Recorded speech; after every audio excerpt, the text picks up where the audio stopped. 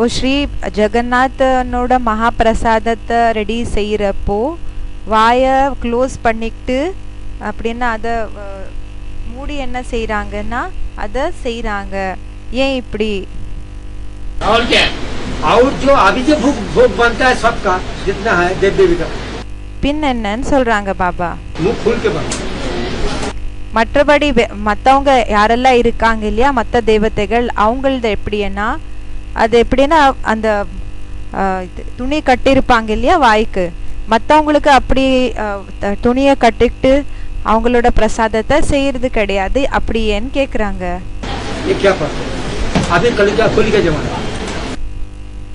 बाबा की याद में रह करके भोजन बनाना चाहिए. பாபாவோட நினைவுல இருந்து சாப்பாடை ரெடி பண்ணணுமா, சமையலை செய்யணுமா?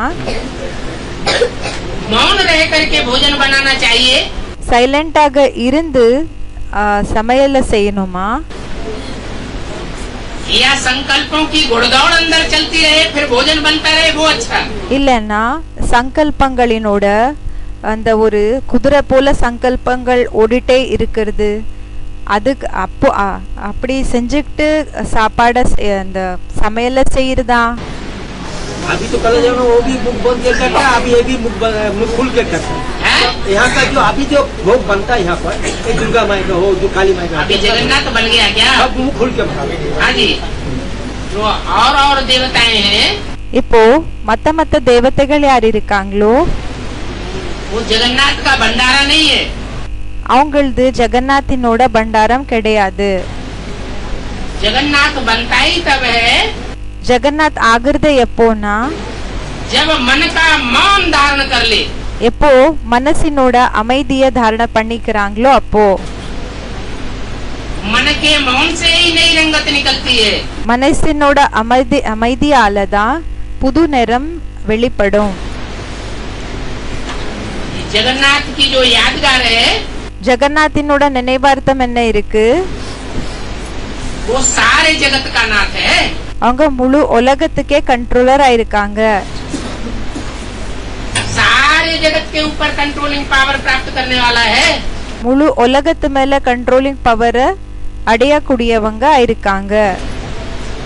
दुनिया की चाहे जिस धर्म की आत्मा हो, உலகத்துல எந்த தர்மத்தினோட ஆத்மா வேணாலும் ஆயிருக்கலாம்.